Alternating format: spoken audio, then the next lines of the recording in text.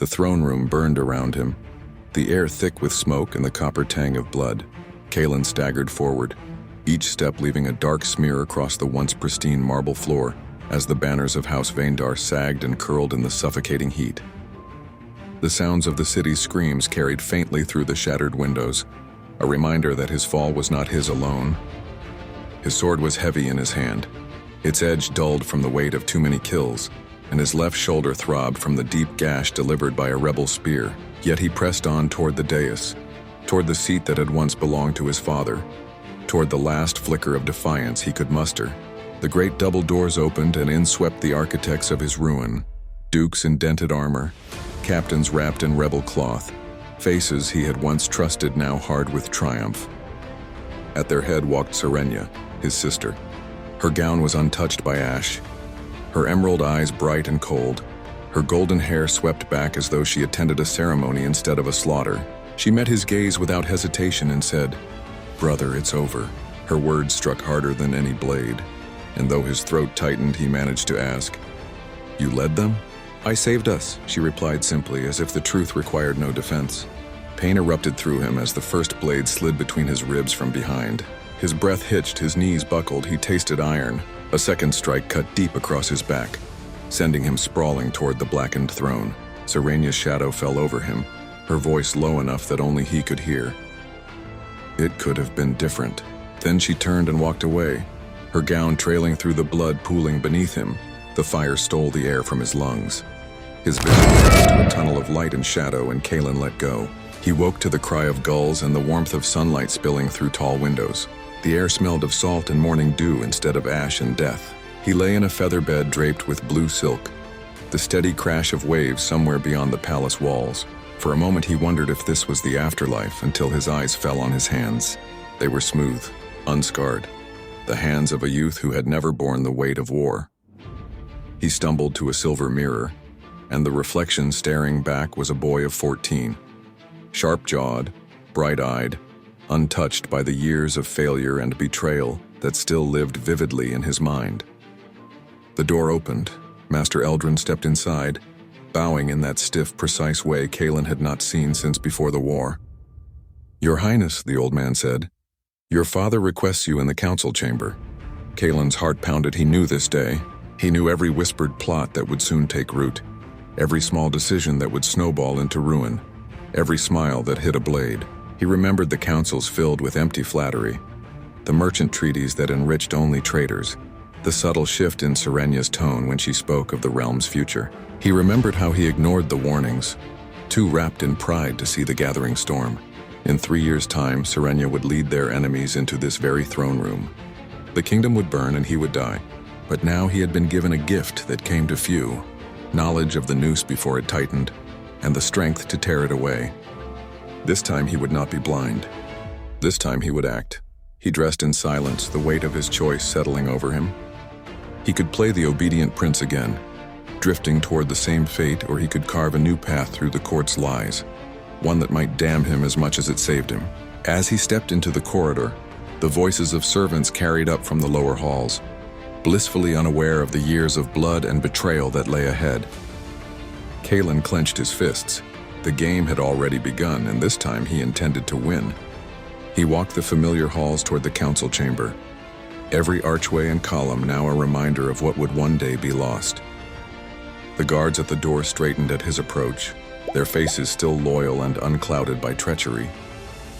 He wondered which of them would someday raise their blades against him. The heavy doors swung open and the low murmur of the council washed over him. There was his father, regal and proud, yet already weary from the weight of the crown. There was Serenia seated beside him, her smile warm and her eyes alight with the innocence of the moment, an innocence he knew would not last. And there, around the long table, were the lords and ministers whose hands would one day stoke the fires of betrayal. Kaelen took his seat, his expression calm, but inside the ashes of his old life smoldered, ready to spark into something far more dangerous. The council chamber was warm with morning light, but Kaelen felt the cold weight of his memories like a chain around his throat. His father sat at the head of the long table, his posture straight but his eyes shadowed by the burdens of rulership. Beside him, Serenia smiled faintly at Kaelen's entrance, her gaze soft and utterly free of the steel that would one day cut him down. He almost wished he didn't know what was coming, almost. The counselors spoke of grain shortages in the northern provinces, tariffs on incoming merchant fleets, the unrest brewing in the mining towns. In his first life, he had ignored these debates, treating them as tedious affairs beneath a prince's concern. That negligence had let the discontent fester, giving his enemies the leverage they needed to turn the people against the crown. This time he listened every word. He noted the subtle glances between Duke Merrent and Minister Velas, the quiet way they agreed on nearly every point. He remembered both men standing among the rebels on the night of his death. "Your Highness," his father said, pulling Kaelen from his thoughts, "do you have an opinion on the grain levy?" In the past, he would have offered a careless shrug. Now he leaned forward. "Raise the levy on luxury imports from the southern kingdoms instead. Use the revenue to subsidize northern grain." A ripple of surprise passed around the table. His father regarded him with a curious tilt of his head. An unexpected suggestion, but not without merit. Duke Merrent's lips tightened, and Kaelen felt a flicker of satisfaction. The rest of the meeting passed with Kaelen speaking only when it mattered, offering suggestions that quietly undercut the influence of those he knew would betray him. By the time the council adjourned, he had already planted the seeds of disruption. Serenia caught up to him in the corridor. "You've changed," she said, studying him with an almost playful suspicion. "Last year you barely stayed awake in those meetings." "Maybe I decided to grow up," Kaelen replied. He forced a smile, but her words lingered. She was right, he had changed. And if he was not careful, she might notice too much. Over the next weeks, Kaelen began reshaping the small things first. He befriended the captains of the city guard, visiting the barracks unannounced and speaking with the soldiers as though they were equals. He diverted portions of the royal budget toward repairs in the poorer districts, ensuring the crown, not the dukes, earned the people's gratitude. Each action was deliberate, calculated to erode the power base his enemies would one day use against him. But for every step forward, there was a risk. Minister Velas cornered him one afternoon in the library, a thin smile on his lips. "You're taking quite an interest in the affairs of the realm, Your Highness. I hope you understand that moving too quickly can unsettle those who have managed these matters for years." Kaelen met his gaze without flinching. Perhaps they should be unsettled. Velas's smile faltered, and he took his leave without another word. Yet Kaelen knew better than to underestimate him. In his first life, Velas had been the architect of the false treaties that bled the treasury dry. That night, Kaelen stood on the palace balcony looking out over the city. The lights of the harbor twinkled like stars scattered across the dark water. Behind him, footsteps approached. Serenia joined him, leaning on the railing. "You're restless," she said quietly. "You keep moving pieces on a board I can't see." "And if you could," he asked, "I might understand you better." She smiled, but there was a flicker of something else in her eyes. Curiosity, maybe even suspicion. Kaelen turned his gaze back to the city. He couldn't tell her the truth, not yet. Not when so much depended on the choices he made in these early days. He had been given a second chance, but he could already feel the weight of it pressing on him. Every move forward meant another line crossed, another thread pulled from the tapestry of the world he had once known. And he had no illusions. Changing fate would come at a cost. The question was how much he was willing to pay.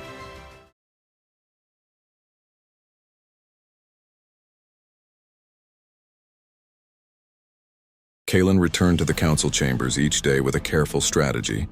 His words measured, his presence calm but deliberate. He noticed small differences this time, the hesitations in the eyes of those who would one day betray him, the subtle alliances forming beneath polished smiles. He took notes in a private journal, writing down every whispered rumor, every fleeting glance, every hint of dissatisfaction. In the first life, he had ignored these signals, believing loyalty to be a constant. Now he knew better. Each evening, he convened secret meetings with the captains of the guard, instructing them in ways to protect the crown without alerting the ministers who would one day turn against him. "Discretion," he told them. "We act before the threat even knows it exists." They listened, some with skepticism, some with awe, and he felt the faint stirrings of power that came from being prepared rather than reacting. But the changes he made rippled farther than he expected. A shipment of northern grain was diverted to the poor districts, and the gratitude of the citizens began to spread. Whispers of a caring prince reached the ears of merchants and traders, and for the first time, Kaelen saw the possibilities of influencing the city from more than just the throne. Yet each victory brought unexpected strain. One morning he overheard Serenia speaking to their father in hushed tones, her voice curious and cautious. "I don't understand him," she said. "He's different, too deliberate." It's almost as if he knows too much. His stomach tightened. She had always been perceptive, and if she suspected he remembered the future, it could complicate everything. He resolved to tread carefully, maintaining the appearance of a boy growing into his role while secretly redirecting the forces that would one day destroy him. In the quiet hours of the night, Kaelen practiced swordplay in the empty training yard, each movement precise and controlled. His body felt stronger than it had at 14, yet his memory of older battles lent him reflexes beyond his years. It was exhilarating and terrifying. With every swing he remembered the pain of his death, the betrayal of the sister he loved, and the fire that consumed his palace. He vowed that this time he would not die in ignorance. But the court was a living organism, and even Kaelen's careful manipulations could not anticipate every twitch. One evening, a minor skirmish broke out near the harbor, orchestrated by a smugglers' guild that had once profited under Velis's negligence. The city guard handled it swiftly under Kaelen's guidance, but the incident left him unsettled. The ease with which small disruptions could escalate reminded him that the path to safety was never straightforward. "You think too much," Serenia said, appearing beside him in the moonlit courtyard. "Even now your mind races with every possible betrayal." He turned to her, a faint smile on his lips. "Perhaps, but I would rather think too much than too late." Her eyes held a mixture of admiration and concern. "You've changed, Kaelen, and I don't know if I like it." The word stung, though he tried not to show it. She did not yet understand the burden he carried. The memory of death, the knowledge of future failures, the constant tension between acting and preserving the illusions of youth. Over the next weeks, Kaelen continued to consolidate power quietly. He offered patronage to artisans whose loyalties were unwavering, subtly increased pay for the city guard, and attended council meetings with a watchful eye on every subtle movement. Each decision was a careful step toward reshaping the court and securing the crown. And yet he felt the first whispers of cost. Sleep came in fitful fragments, haunted by memories of the fire and betrayal. Moments of joy felt muted, weighed down by the knowledge that every choice carried consequences he could not fully predict. The crown would be safer, the kingdom more stable. But Kaelen wondered if he would survive the price of his own vigilance. One night, in a dream he could not escape, he saw the throne room ablaze again. Serenia's eyes bright with triumph and himself falling, powerless. He woke with a start, heart hammering, the memory lingering like smoke in his lungs. It was a reminder that no matter how carefully he moved, the past was a shadow that could reach into the present. And so Kaelen pressed forward, balancing on the knife edge of foresight and action, determined to rewrite a future that had once been written in blood, knowing that each victory would come with consequences that might change him more than the throne ever could. Kaelen's days grew longer, the weight of knowledge pressing on him with a relentless insistence. The palace hummed with activity, the courtiers and ministers moving as if in a well-rehearsed dance. But Kaelen saw the missteps, the stumbles, the hidden glances that marked alliances he would need to dismantle. He had begun to secure his position, but each success reminded him of the cost he was already paying. His friendships, even with those who had never betrayed him, felt hollow. He smiled at Serenia and others, but there was a distance in his gaze, a caution that was as much a shield for himself as it was for them. One morning a courier arrived with news from the northern provinces. The grain levy had been adjusted according to Kaelen's instructions, and the northern towns were stable for the first time in years. The people's gratitude spread quickly, yet it stirred unease among the ministers who had long profited from neglect. Kaelen welcomed the tension. It was proof that his influence was growing. Yet in private he felt the subtle erosion of his own spirit. Sleep remained fractured and moments of peace fleeting. He trained relentlessly, each swing of the sword a reminder of past failure and a preparation for future threats. One evening, Serenia joined him in the training yard, watching silently as he practiced. "You've become someone I barely recognize," she said. "Do you even remember who you were before all this?" Her words pierced him more than he cared to admit. "I remember," he said quietly, lowering his blade. "But remembering doesn't mean I can act without foresight. I must be careful this time." She stepped closer, concern etched across her face. "I fear the man you're becoming may not survive the crown you're trying to protect." Kaelen did not answer, for he knew she was right. Every calculated move had taken a fragment of him. The lightness of youth, the freedom to trust, the ability to act without calculating consequences. And yet he pressed forward. Weeks turned into months, and Kaelen's influence solidified. Velis and Marant found their schemes thwarted at every turn, their subtle manipulations countered before they could take root. The palace seemed safer, the city more orderly, yet a gnawing emptiness accompanied every victory. One night, as he walked alone through the quiet halls, he saw a reflection of himself in a polished surface. A prince hardened by knowledge, eyes sharp and wary, shoulders tense. He realized that his second life had achieved much, but at a personal cost he could not have anticipated. The thrill of outmaneuvering traitors was shadowed by loneliness and suspicion, and even Serenya's admiration was tinged with fear. And yet, as the years passed, Kaelen knew he had changed the inevitable. The palace would not burn. The kingdom would not collapse under betrayal. He had rewritten history, a victory of foresight and action, but he understood finally that victory had its price. The man who had died once, naive and unprepared, had been replaced by one who survived. But survival was no longer simple, no longer joyful. Each choice had consequences that would ripple forever, shaping relationships, trust, and love. As he stood in the throne room, the crown before him, Kaelen felt the full weight of both lives he had lived. His gaze fell on Serenya, whose expression was soft but knowing. She had watched him grow. She had seen the man he might become, and in some way she had shaped him by the faith and fear in her eyes. He understood that their lives were intertwined not just by blood or ambition, but by the subtle forces of care, observation, and consequence. Kaelen reached for the crown, his hand steady despite the weight it symbolized. He placed it upon his head, not with triumph but with acceptance. He had been reborn. He had acted with foresight and courage, and he had changed the course of the kingdom. Yet in the quiet that followed, he recognized the cost.